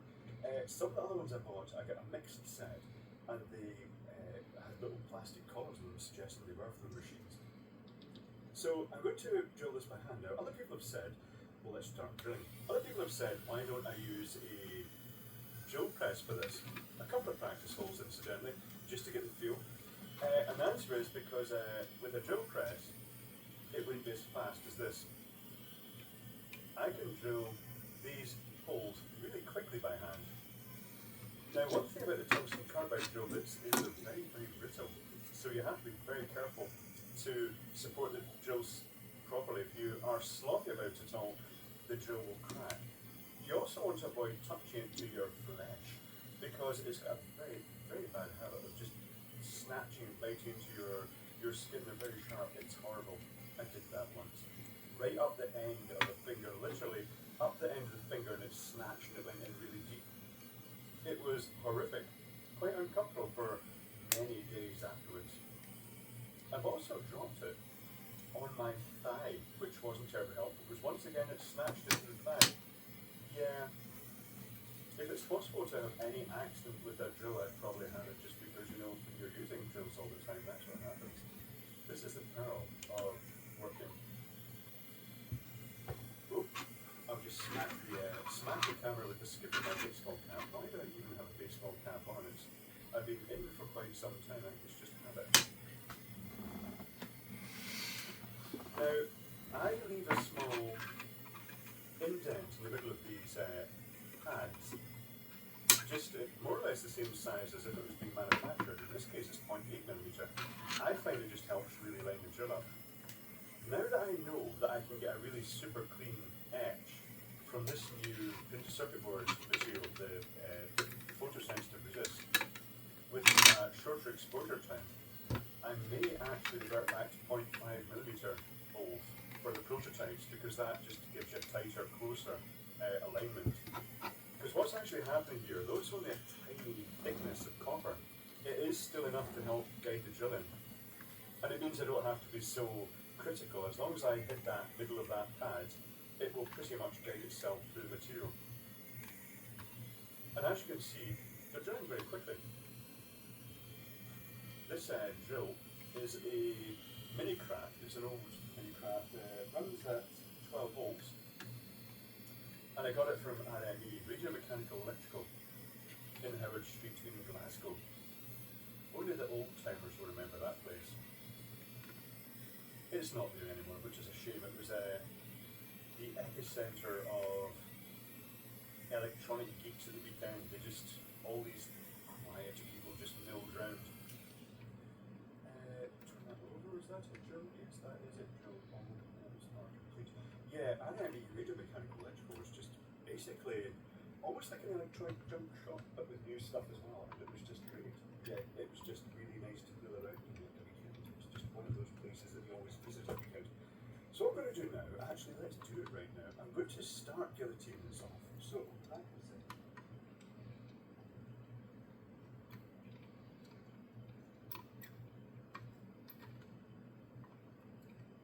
My guillotine. This, I've mentioned it before, it was quite an expensive thing. It's not something that you're going to get unless you are doing a lot of circuit boards, but in a production environment, it's worth its weight in gold. It is really good. And I'm going to basically do a rough cut. I've got this circle here I want to sort of trim down to. And initially I'll cut the corners off. And then I'll sort of hone that down a bit, and then I'll take the Dremel to it. And once I've done that, and I've got it nice and round, I will remove the resist from it, which I do with caustic soda, sodium hydroxide lye. You just put it into some nail cleaner, lye, sodium hydroxide, caustic soda, so many names. Or you could use nail varnish remover as well. The acetone works pretty well. So I'm going to hold this down, just to crop this off. Other things you could use to do this, it will take a bit longer, but you could use a hacksaw to do this. A bit messier than a guillotine. The guillotine is great, but as I say, they're pretty expensive. They're only really suited to a factory environment, but that is more or less it, sort of roundish. So I'm going to finish that off, and I'm going to use this to basically take the drill out already. I'm going to put this in. I'm going to clean it around the edge. This will take a wee bit of time and make lots of dust everywhere. And then I'm going to clean this off, and then I'll come back and we'll solder it together. All rounded off, all clean and looking good. So let's put the components in. So I've got the 8 100 ohm resistors here. The logic behind that, the choice of resistor, is that it's not going to be running the LEDs full back at 20 milliamps. You can do that if you want to, but keep in mind there are two in parallel. I'm allowing for the fact that there's slight current involved. And in the case of red LEDs, it runs about 15 milliamps. In the case of blue and green, it runs about 20 milliamps. That means that even if one LED was drawing all the current, it would not be overloaded. So it's not going to do it. It's going to balance out. It's also bound to run the LEDs. It's going to last a good amount of time. So this is a component former. I got this off eBay. It was from a UK supplier. It wasn't that expensive. They're not that popular on eBay at the moment. I'm guessing they'll become more popular. It's fairly new to me, this particular style. But if you look for a component lead former, you may find it. You've got a choice of different widths, and that's the distance between the pad. So in this case, if you lay on the pads, you'll see that this one here is what we want for a typical component. The resistor won't fit in this hole, fitting better, but fits perfectly in that one. Hold it down, fold the leads down, and that is it, perfectly formed, without putting too much strain in the component itself. So much cheaper, actually, quite easy. Also, I'll just remove that little flake of stuff. It's so much easier, more convenient than actually the expensive tool, but it does at least crop leads down as well. So 8 resistors for the 16 LEDs, 2 LEDs per resistor. And then I'm going to do a mixture of blue and red LEDs again, because I like the blue and red mix because it's at the opposite end of the spectrum. And I may, experimentally, do 2 blue, 2 red, 2 blue, 2 red. I think I did that for the last one. Let's put the resistors in. Let me bring in my drawing here, just to remind me of where they go. So that's the DC goes to the top. The resistors going like this. You just slap them in anywhere, not even going to line them up with the bands in the same direction. It's just not necessary. Try and get rid of the habits of doing things like that, I suppose. You notice that all my circuit boards are very, very symmetrical. Well, you know what? So many of the resistors have already gone in the same orientation. I'm going to end up with the same orientation. Anyway, because it looks neater, doesn't it? I like symmetry. I like symmetry in circuit boards. It often, in the case of this design, it fits as well. It's just a nice thing. So tomorrow, well, this video is going to be released in a number of days later, but tomorrow is the meet in dial of the channel. So I wonder how much sleep I'll get tonight. Last year, my first ever meetup. Oh no! How many people did it turn up? I advertised it a bit earlier this time, so more will turn up hopefully. Oh, you know what? Maybe I should turn the soldering on. The soldering works so much better when it's hot. In the meantime, I'm going to start cropping some LEDs. So let's start with red. As I mentioned in the last video, the reason it says vivid red, it's not the colour, it was the supplier I used at the time. When I was buying quite a lot of LEDs, it's before they became available cheaply on eBay, although the quality on eBay was somewhat more dubious. I was buying them from China. Some was saying, why do you not leave leads full length when you're soldering them in? And the answer is because it gives better access to the solder joints, so you're doing quite a few at once. I know that long lead is to the short leg inside the LED, and the short lead, the cathode, is on the anvil that holds the reflector, so it's quite easy to remember which way around you go. I've actually forgotten these are red LEDs. You can tell by looking up the end of the LED because it looks slightly different to the kind of nitrate. I might get a bit paranoid, I might just stuff it into a LED tester. Do I have a LED tester handy? Yes, I do. Remind me, did I start the red LEDs? Yes, I did. Bright red. I think these LEDs are actually pretty good, but they're still very good. I wish I could find a source of super quality LEDs at sensible prices online. I suppose there is one somewhere, but it's definitely not cheap. eBay is very expensive. So let's set these cuttings out the way.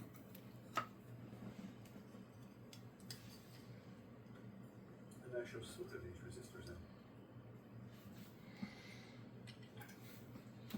So, generic solder iron. This is my Yahua 8786D. It's a combined solder iron and also sort of kind of, it's supposed to be a hot water flow type station. It's a sort of hot air type station. But I just use it mainly for heat shrink. It's good at loosening the glue on, say, on the two labels, just in case you want to open something else on the working. So I'm just going to solder through. Now, I've left the leads full on the resistors, just because they're good in there. And that does impede access to the solder iron at times. That's okay. And the technique for soldering is, of course, apply the solder iron to the pad and the lead, and then the solder. It does really help, and it is perfectly acceptable to touch the solder onto the solder iron once you've got them on the pad and the lead, because the liquid solder actually helps with the heat onto the pads and the leads. Starts the process going. So I'm almost there with the resistors, and then I'm going to put the circuit board jig for other components, the LEDs. And the main resistor, the power resistor, is actually already silicon to the bottle. It's just purely gold. I'll show that afterwards. Because I thought it was really easier just to actually silicon that onto the glass bottle before putting it onto the circuit board, and then effectively slide the circuit board over the leads. If it works okay, we'll see what happens. That's looking okay. They're more or less sitting flat and nice. That's fine. I should chrome these leads.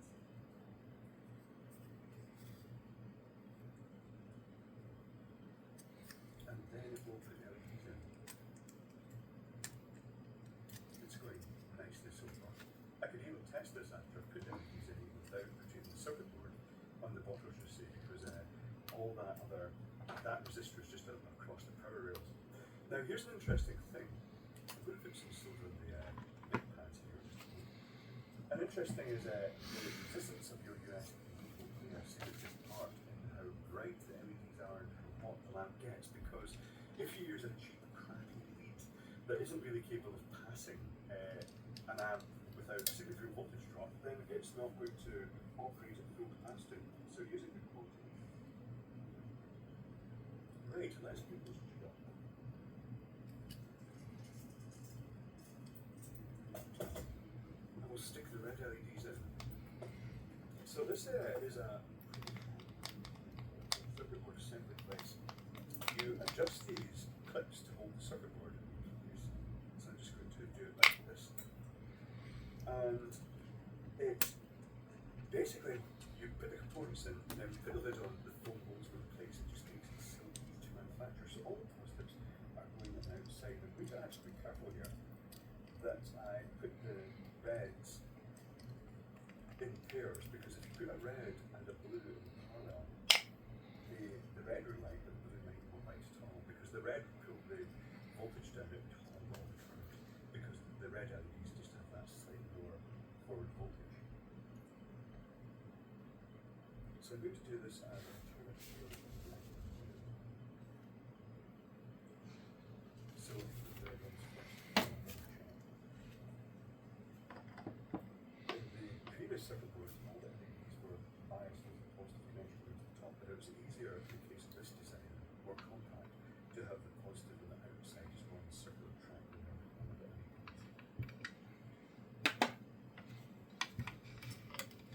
And no matter how much effort you take, sometimes you do scrap. It's just a part and parcel of doing electronic assembly. People make mistakes.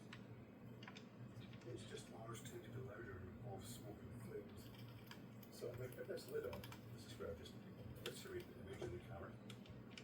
And it hooks over, hinges down, and it's like little metal baggage catches here. Clip on, clamp down, turn it over, and let's zoom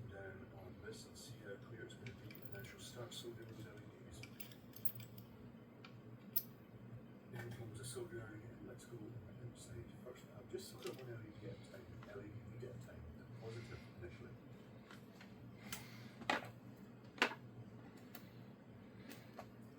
And I start with positive because it's not really mounted on a battery chip, which means if I have to readjust the LED for squareness and reheat that pad, I mean, it's just something to do.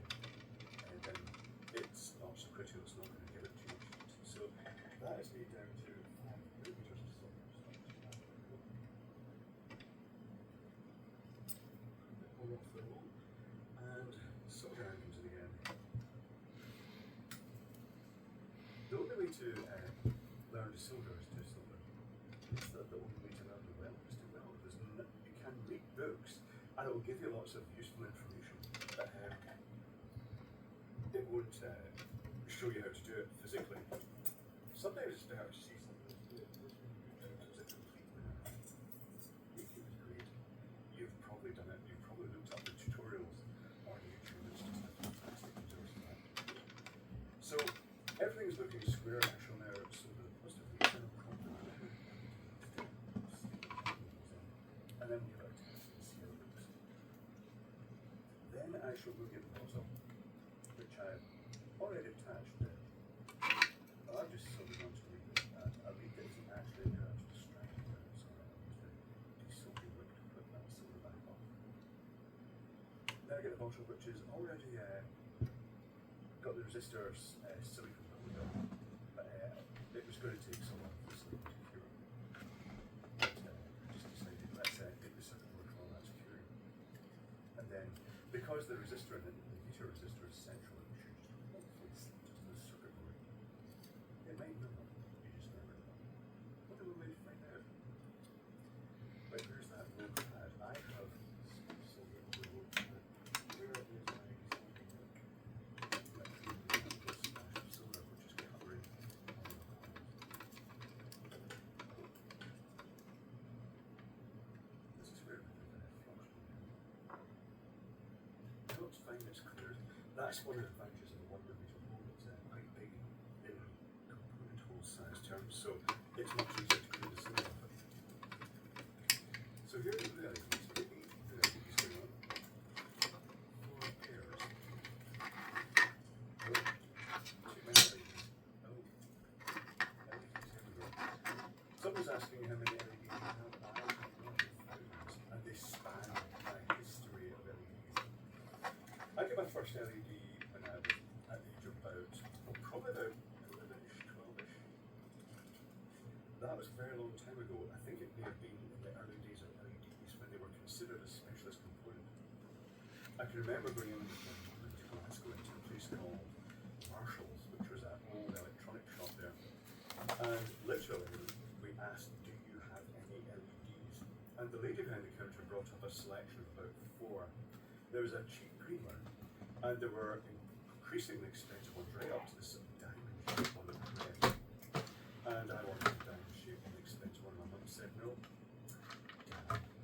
So I got the green one, and I actually came back home and not knowing how to use an LED. It was the latest thing. I connected it straight across the battery, but fortunately it was a 1.5 volt battery.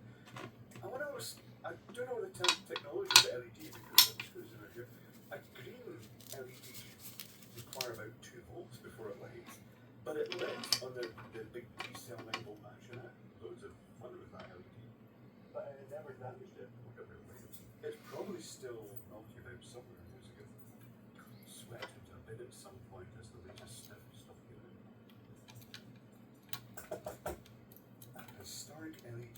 So in the frame goes into the circuit board goes into the frame, and the LEDs with the positive to the outside again.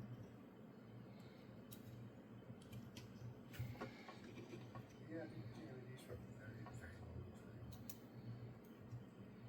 Back from the brightest LEDs, the super bright LEDs are hyper bright, ultra bright. They just invented loads of increasingly ridiculous names for them, and yet they're all blown away. When the gallium nitride blue LEDs came out, and suddenly there was competition, you had to produce the bright red LEDs to match them. Then the intensity shot up way beyond what it used to get before.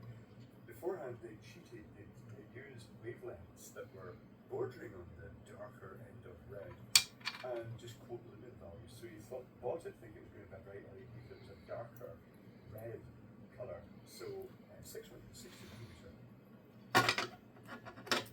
So you thought you were getting a really bright LED. Also, they tended to focus it into a really tight beam just to make it look as though, so they could quote higher intensity. It was a little bit cheating. If you look at the medical industry, the use of red therapy, red light therapy, it's all based around 660 nanometers from that era, simply because that was what the bright LEDs were available in.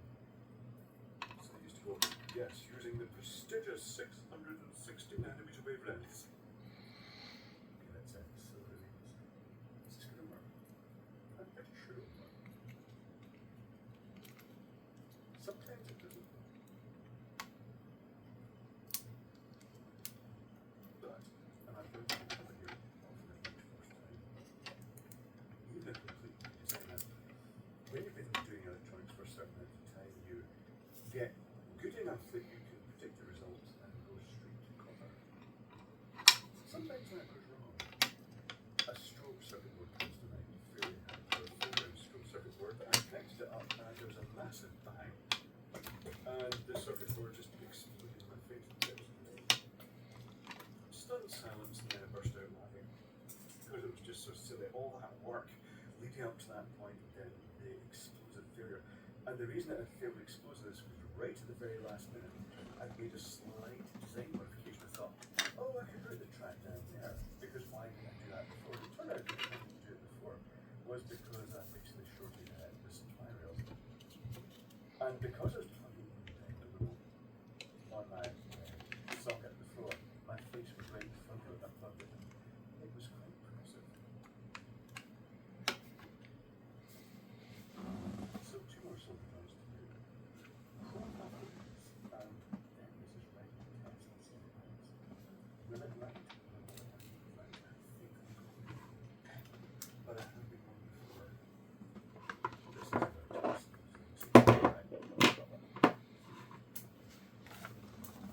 So copying 2 at a time. These ends are down to that video of steel. Let's do at least try. You can't get brass lead LEDs, but they tend to be used in the steel industry, maybe for anti-corrosion. Right, okay, bench power supply. Bench power supply on, the voltage is set to 5 volts, how convenient. Let's stick this lead onto this pad. And this goes on that pad. Let's put it on the connection first. And see how much we can do here because it's not the good resistors as well. Look there. Yep, that's looking pretty good. Yep, that is nice and bright. Yep, not getting great connection on the solar panels at the back, but that is looking very good. Right, so that just needs sat onto the bottom now. So that is going to have this thing. And we'll have the bottom. And then there's something different. Only because Patreon supporter Richard Benson said, definitely don't do this in the style of William Osmond. Oh, challenge accepted. Yo, what's up, family? It's your boy here, BigClive.com. Remember to subscribe and smash that like button with your penis to make lots of little baby like buttons. Oh, yeah. Gay Dalek approves of this message. We now return to our normal program material. So here is the glitter vial we're going to use, and this one is paired with this base. This is the one, incidentally, that my dad cut the lead off. He thought the glitter lamps were either full of nerve gas or gasoline or something, and I gave this glitter lamp as a gift to my mum, and the next time I visited, the lead had been cut off and the bottle had been opened and the contents had been poured out somewhere. Very, very odd, but that was very much the style of my dad. So what I've done here is to, rather than actually put the resistor on the circuit board and then silicon it onto the base here, what I've done is I've actually siliconed a 10 ohm resistor onto the base of the bottle. And I've chosen 10 ohm because at 5 volts, the USB supply, it's going to pass about half an amp, which is going to be half an amp at 5 volts, it's going to be 2.5 watts.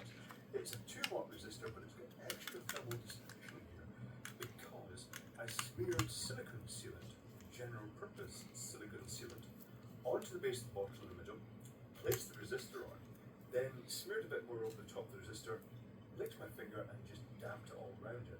And there's two options here. You could either have patience and you could leave the silicon to cure naturally, or you could do what I did, exert extreme impatience, and I stuck a couple of crop clips on from the power supply, and I passed 5 volts through it to dissipate 2.5 watts, and I sat it up vertically, and after a while, once it heated up, you could actually see that acetic acid. Have you ever smelled silicon? And it's got that sort of acetic-y, acidy aroma. That's standard silicon. And you can see the vapor of the acid coming off it. There's that distinct trail of the acid, and it cures very quickly when you do that when you're heating it. Incidentally, it's not normally recommended to use acetic acid curing silicon in electronic equipment because it does cause corrosion. But in this instance, because it's out in the open as such, and it was heated and all the acid has been driven out, it should be okay. So now that that resistor is securely secured onto the base of the box, I'm going to feed the contacts onto the circuit board. I say that, hopefully they're going. Yes, they are going right. And I'm going to press the circuit board down, and this is where it's a bit tricky. I'm going to have to stand it vertically, and then it's going to be totally out of focus because you can only focus in certain areas while you're filming. This has been a bit of an education now, doing YouTube and camera activity. Learning how to use your camera equipment is quite important. It's quite a significant part of YouTube. So I'm going to sit this down here. I could focus on this. Focus now, you can see what I'm doing, but it's not very bright because all the lighting is down below. And I'm going to sew the lead on. And now I'm going to have to focus back down the bench, haven't I? Was that bad? Yes, it was. Not to worry. So now the circuit board is fastened on. I'm going to crop those leads now. This is totally out of focus. Hold on. Let me bring in something to focus on. Here we go. This is a nice box. Text simply because of the way digital focus works. It basically compares adjacent pixels. It focuses right through the full range, or more or less the full range. It looks for the sharpest contrasting pixels. Because when you're out of focus, the blurring causes a sort of soft contrast. But when you're in focus, Happy Valentine's Day 2025, my sweets. right. So now I just need the USB lead and this